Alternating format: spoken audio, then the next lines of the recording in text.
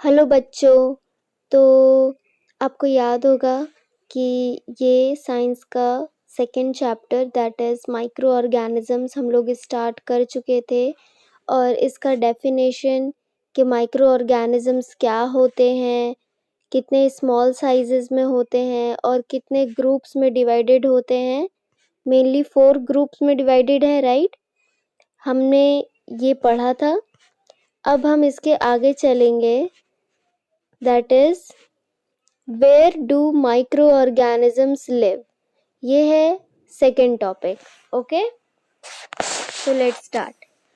Micro organisms may be single celled like bacteria, some algae and protozoa, or multicellular such as many algae and fungi. So basically इसका क्या मतलब है कि micro organisms हमने पढ़ा था कि वैसे ऑर्गेनिजम्स जिसको नॉर्मली हम अपनी आई से देख नहीं सकते क्योंकि वो बहुत ज़्यादा छोटे होते हैं। ठीक है, तो अब वो कैसे होते हैं, मतलब इसमें बोला है कि वो सिंगल सेल्ड भी हो सकते हैं और मल्टी सेल्यूलर भी हो सकते हैं। सिंगल सेल्ड बैक्टीरिया भी हो सकता है और मल्टी सेल्यूलर फंजाई भी हो सकता है। ठीक है, जैसे इस पिक्चर में आप देख रहे होगे, ये सिंगल सेल्ड है, सिंगल सेल है और ये मल्टी सेल्यूलर है, राइट? ओके, आगे। They live in all types of environment ranging from ice cold climate to hot springs and deserts to marshy lands. इसका मतलब क्या कि माइक्रो ऑर्गेनिजम्स ऐसा फिक्स नहीं है कि ये माइक्रो ऑर्गेनिजम्स किसी फिक्स प्लेस पे पाए जाते हैं, ये हर जगह पाए जाते हैं। कोल्ड क्लाइमेट से लेके हॉट क्लाइमेट, डेजर्ट से लेके मार्शी लैंड्स तक। ठीक है, इधर आप देख रहे होगे, देखो ये अंटार्कटिका जैसी बर्फ में भी पाए जाते हैं, डेजर्ट जैसे पत्थरों में भी पाए जाते हैं और मार्शी लैंड्स में भी पाए जाते हैं, राइट? ठीक है, तो ऐसा नहीं है कि माइक्रो ऑर्गेनिजम्स का फिक्स प्लेस है कि ठीक है यहीं पे ये ऑर्गेनिजम्स पाए जाते हैं, नहीं, हर जगह रहते हैं ये। They are also found inside the body of animals including humans.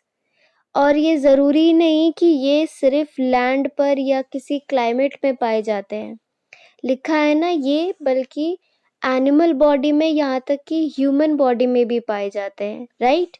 इधर आप देख सकते हो कैसे ये रैबिट का शरीर है और ये किसी शायद एंट का शरीर है, इसके अंदर भी ये माइक्रो ऑर्गेनिजम्स पाए जाते हैं, राइट? और ये आप देख सकते हो ये एक ह्यूमन बॉडी है, इनफैक्ट हमारे अंदर भी बहुत सारे माइक्रो ऑर्गेनिजम्स हैं। ठीक है, लेकिन लेकिन ये ज़रूरी नहीं है कि हमारे अंदर जो माइक्रो ऑर्गेनिजम्स है ये हमें अफेक्ट कर रहे हैं, क्योंकि फ्रेंडली माइक्रोब्स भी होते हैं। ठीक है, ये हम आगे पढ़ेंगे। तो हमारे शरीर में जो माइक्रो ऑर्गेनिजम्स हैं दे आर फ्रेंडली और किसी हद तक वो खराब भी हो सकते हैं, अफेक्ट भी कर सकते हैं। जैसे हमारी तबीयत खराब हो जाती है तो वो किस वजह से होती है कि वो माइक्रो ऑर्गेनिजम्स भी होते हैं, वो हमने पढ़ा था पिछली क्लास में। वायरसेस पकड़ लेते हैं तभी हमें कोल्ड हो सकता है, कॉफ हो सकता है, फीवर हो सकता है, राइट? तो फ्रेंडली माइक्रोब्स भी हमारे शरीर में पाए जाते हैं। फ्रेंडली माइक्रोब्स के बारे में हम आगे पढ़ेंगे, व्हाट आर दोज। ठीक है, जैसे हमारे नोज में भी माइक्रो ऑर्गेनिजम्स में है, हमारे माउथ में है, स्टमक, गट मतलब इंटेस्टाइन वाला एरिया, स्किन में है। ठीक है, तो मतलब हमारे पूरा शरीर में भी माइक्रो ऑर्गेनिजम्स है। लैंड की तो बात फिर छोड़ ही दो। ठीक है, मतलब लैंड में तो ये पाए ही जाते हैं, ये हमारे शरीर में भी पाए जाते हैं। तो इसका मतलब क्या हुआ कि माइक्रो ऑर्गेनिजम्स हर जगह है। ठीक है, next, some microorganisms grow on other organisms while other exists freely. Basically, some कुछ हद तक जो माइक्रो ऑर्गेनिजम्स होते हैं वो दूसरे ऑर्गेनिजम्स में भी ग्रो कर लेते हैं। जैसे अभी हमने अपने शरीर की बात की, हमारे अंदर भी ये देखो माइक्रो ऑर्गेनिजम्स पाए जाते हैं, लेकिन वो फ्रेंडली है, ठीक है। तो वो हम भी तो ऑर्गेनिज्म ही हैं, तो हमारे अंदर भी माइक्रो ऑर्गेनिजम्स ग्रो कर रहे हैं, राइट, कर रहे हैं ना। तो इस लाइन का मतलब यही है कि some microorganisms grow on other organisms while others exist freely, while other जो है वो फ्रीली एग्जिस्ट करता है, जैसे वायरस, ठीक है। वायरस ऐसे तो फ्रीली ही एग्जिस्ट करता है, लेकिन जब वो किसी बॉडी में या ऑर्गेनिज्म में अफेक्ट कर लेता है तब उसके नुकसान शुरू हो जाते हैं, राइट। So that's all. ये था हमारा second topic, that is where do microorganisms live. अब हम इसका थर्ड टॉपिक नेक्स्ट क्लास में कवर करेंगे, okay.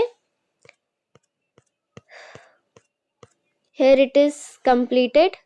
2 topics are completed, okay. So thank you so much video देखने के लिए।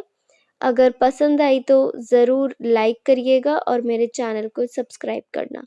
Thank you so much.